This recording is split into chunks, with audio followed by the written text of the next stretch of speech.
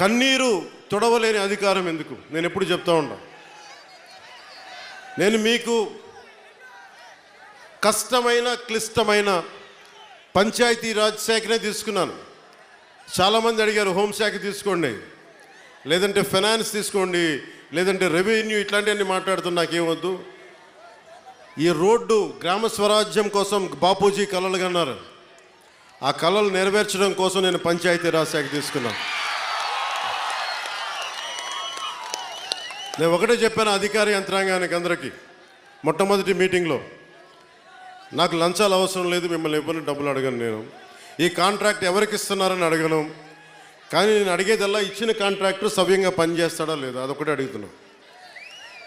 అలాగే ముందస్తుగా చెప్పిన మీటింగ్లో, రివ్యూ మీటింగ్లో ఒకటే అడిగా, నేను ఇప్పుడు దాకా నా జీవితంలో నేను సంపాదించిన డబ్బు అకౌంట్లో కూడా ఎప్పుడు చూడడం. ఖర్చు అయితే ఖర్చు అయింది, ట్యాక్స్ వచ్చే డబ్బులు వచ్చినాయి, ట్యాక్స్ కట్టే ఇంతే పెట్టుకున్నా. కానీ ప్రజల డబ్బు వచ్చేటప్పటికి, మీ డబ్బు అనేటప్పటికి ఎంత ఒళ్ళు ఉంచి పనిచేశానంటే, ఎంత ఒళ్ళు ఉంచి పనిచేస్తున్నాను, ప్రతి రూపాయికి లెక్క అడుగుతున్నా. ప్రతి రూపాయికి మీ కష్టం, అది మీ స్వార్జితం. తాజ్మహల్ కట్టి నిర్మాణానికి రాళ్ళెత్తిన కూలీలు ఎవరంటారు? ఈ దేశ ప్రగతికి కండలు కరిగించింది ఎవరు? ఈ దేశ ప్రగతికి రక్త మాంసాలని ధారపోసింది ఎవరు? అది ప్రజలు, అది మీరు. అందుకే నాకు బాధ్యత ఉంది. నేను మీకు ఈరోజు నేను చెప్తా ఉన్నాను, ఆ రోజున ప్రమాణ స్వీకారం చేశాను. మొన్న మన కార్యకర్తల సమావేశంలో ప్రమాణ స్వీకారం చేశాను. ఎమ్మెల్యేగా నేను ఈరోజు మళ్ళీ మీ ముందు ప్రమాణ స్వీకారం చేస్తున్నాను. పవన్ కళ్యాణ్ అనే నేను భారత రాజ్యాంగానికి కట్టుబడి నన్ను అఖండ మెజారిటీతోటి గెలిపించిన నా పిఠాపురం పుర ప్రముఖులకు, పెద్దలకు, ప్రజలకు, యువకులకు, ఆడపడుచులకు, తల్లులకు, యువతులకు, ప్రతి ఒక్కరికి, అన్ని వర్గాల వారికి, ఎస్సీ, ఎస్టీ, బీసీ, ఓసీ, అన్ని మతాలు, ఇస్లాం, క్రిస్టియానిటీ, అన్ని కులస్తులందరికీ నేను హామీ ఇస్తున్నాను. మానవత్వాన్నే కాపాడుతాను, మీ అభ్యున్నతికే కష్టపడతాను. నేను లంచాలు తీసుకోను, నాకు అలాంటి అవసరం లేదు. మీ అభ్యున్నతికే నేను కష్టపడతాను. గత ప్రభుత్వ నాయకులు చెప్పారు, పవన్ కళ్యాణ్ ఆంధ్రాలో ఉండడు, హైదరాబాద్లో ఉంటాడు, పిఠాపురంకి వస్తే పిఠాపురం వాస్తవ్యుడు కాదు, ఇక్కడ ఉండడు. నేను ఈ రోజున పిఠాపురం వాస్తవ్యుడిగా, సంపూర్ణ వాస్తవ్యుడిగా మారాను. ఎలా ఇందాకే ఒక రిజిస్ట్రేషన్ పేపర్ సంతకం పెట్టాను, ఒక 3 ఎకరాలు కొని ఇప్పుడే సంతకాలు పెట్టి వచ్చాను, రిజిస్ట్రేషన్ చేసి వచ్చాను. ఆ మాట చెప్పడానికి లేట్ అయింది రావడానికి. నాకు ఒక్కటే, నేను మీకు అండగా ఉండే వ్యక్తిని.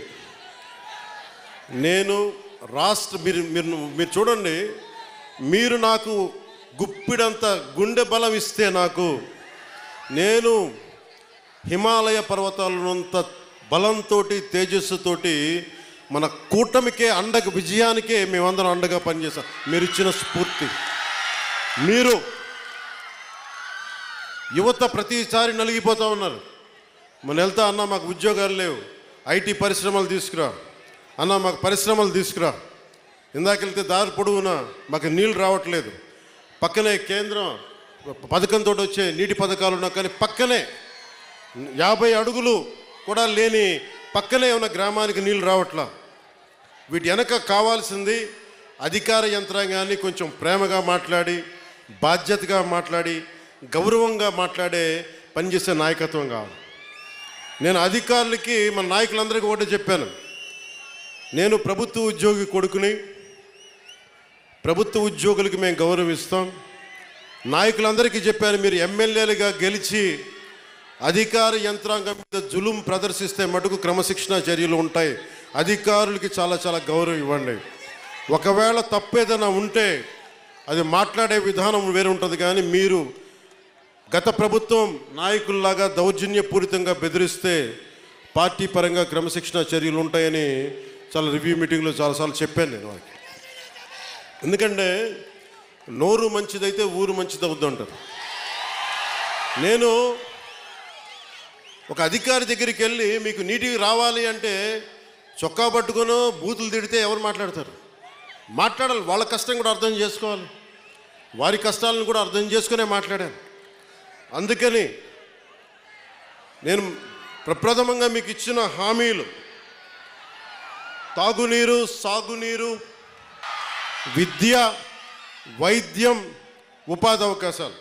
నేను పదవి తీసుకొని 4 రోజులు కూడా కాల,